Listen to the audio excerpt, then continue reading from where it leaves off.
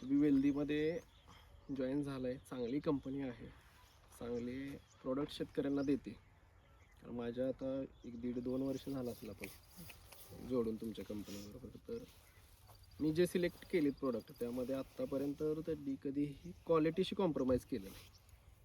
आणि जी company क्वालिटीला compromise करत नाही तीच ग्रोथमध्ये राहते. जी शेतकऱ्यांचा विचार करून प्रोडक्ट बनवते ती शेतकरी ग्रोथमध्ये कंपनी ग्रोथमध्ये राहते. कारण आज शेतकऱ्यांना काय देणं गरजेचं आहे आणि कशाची कमतरता आहे हे कंपनीने ओळखलं पाहिजे.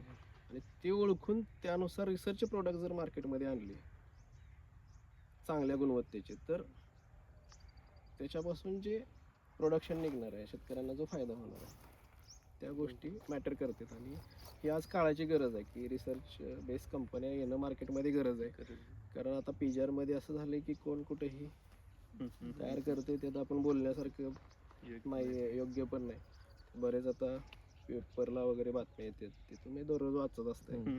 त्यात शेतकरी पण आता सोशल मीडियामुळे चांगला सजग होत चाललाय, ही चांगली गोष्ट आहे. आणि हे आपण ॲग्रिकल्चर ग्रॅज्युएट जे झालोय त्यांनी शेतकऱ्यांना सगळं सांगणं गरजेचं आहे की हे प्रोडक्ट व्यवस्थित वापरा, त्याची क्वालिटी सांगा, त्याच्यात पॅरामीटर्स सांगा. जे चांगल्या कंपन्या त्याचे रिकमेंड करा.